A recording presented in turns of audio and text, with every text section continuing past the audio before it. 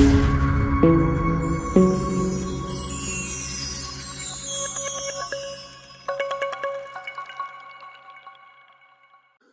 الحمد لله نحمده ونستعينه ونستغفره ونعوذ بالله من شرور أنفسنا ومن سيئات أعمالنا.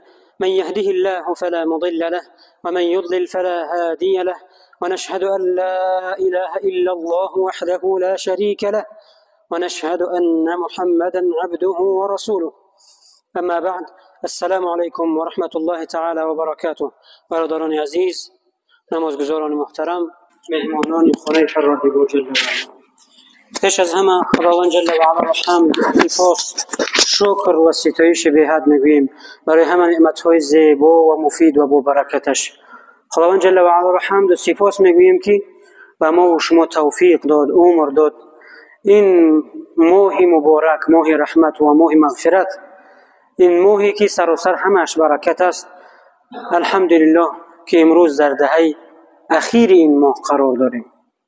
برادران عزیزم، امروز سه عاملی را خواهیم گفت، یا گوییم سه عملی را خواهیم گفت که سببی برکت در رزق و روزی انسان می شود، در عمر، در جان و فرزندان انسان می شود و از غضب پروردگار جل و علا انسان در امان می ماند. پس این سه نشانه است. نشانه اول چی است؟ خداوند جل و علا در سوره هود آیت 117 می‌فرماید: اعوذ بالله من الشیطان الرجیم وما كان ربك ليهلك القرى بظلم واهلها مصلحون.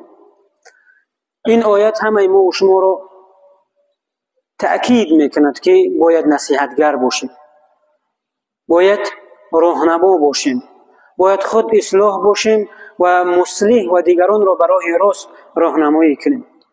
خداوند جل و علا در این قرآن میگوید که ما هیچ قوم و هیچ مردم و هیچ ملتی را به هلاکت و نابودی نمیرسانیم اگر در بین اونها نصیحتگران باشند، مصلحان باشند، آنانی که خود اصلاح شدند، تقوا و پرهیزگاری پیشه کردند و در برابر آن به خود اکتفا نمیکنند، بلکه به دیگران را هم بر راه راست راهنمایی میکنند.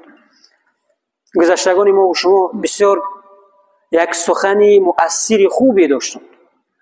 در هر جایی اگر یک بد اخلاقی میدیدند میگفتند بچه‌م نکن که وبال است، نکن که وبال است. از همین جمله همه مسلمانان، همه جوانان درک میکردند که این عملی هست که خداوند جل و علا را پسند نمی آید و از رحمت پروردگار دور میشه.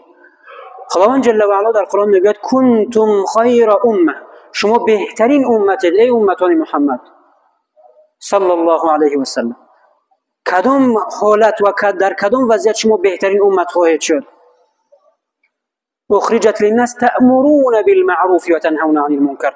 اگر که یک صفت داشته باشید، صفت امر به معروف و نهی کردن و مردم رو از بدی ها و زشتی ها منع نمودن، اگر همین صفت در شما باشد، پس بدونید که شما بهترین امتید. و دومین چیزی که سبب رحمت و برکت برای انسان می شود و او از غضب و آفات و بلاهای همگیر در امان می ماند چی است برادران عزیزم؟ خداوند جل و علا در سوره انفال آیه 33 می فرماید: اعوذ بالله من الشیطان الرجیم و ما کان الله لیعذبهم وانت فیهم. خداوند جل و علا امتان تو را عذاب نمی کند اگر تو در بین آنها باشی. صلی الله علیه و سلم. بدن خود پیامبر خدا صلی الله علیه و سلم جسماً برای امت رحمت بود، اما هرچند که امروز پیامبرمون صلی الله علیه و سلم در بین ما و شما نیست، اما سنت ها، آداب، اخلاق، زندگی نامش همش در بین ما و شما است. اگر عمل کردیم به آیات قرآن و سنت رسول اکرم صلی الله علیه و سلم، زندگی پیامبر را الگو گرفتیم. چنان که خداوند در قرآن میگوید که لقد کان لکم فی رسول الله اسوة حسنه، و در حقیقت ما پیامبرتون را برای شما یک الگوی نمونه خوب قرار دادیم. هر کس که میخواهد موفق شود، سربلند و کامیاب باشد، با خدا باشد، در این دنیا سعادتمند و در آخرت عزتمند باشد، پس او از خداوند و پیامبرش اطاعت کند. و هر کسی که از سنت پیامبر خدا صلی الله علیه و سلم اطاعت میکند، پیروی میکند، زندگیش با برکت میگردد و از آفات و بلاها در امان میماند. و سومین چیزی که پیش روی تمام آفات و بلاها رو میگیرد چی است برادران عزیزم؟ خداوند جل و علا میگه و ما کان الله معذبهم و هم یستغفرون.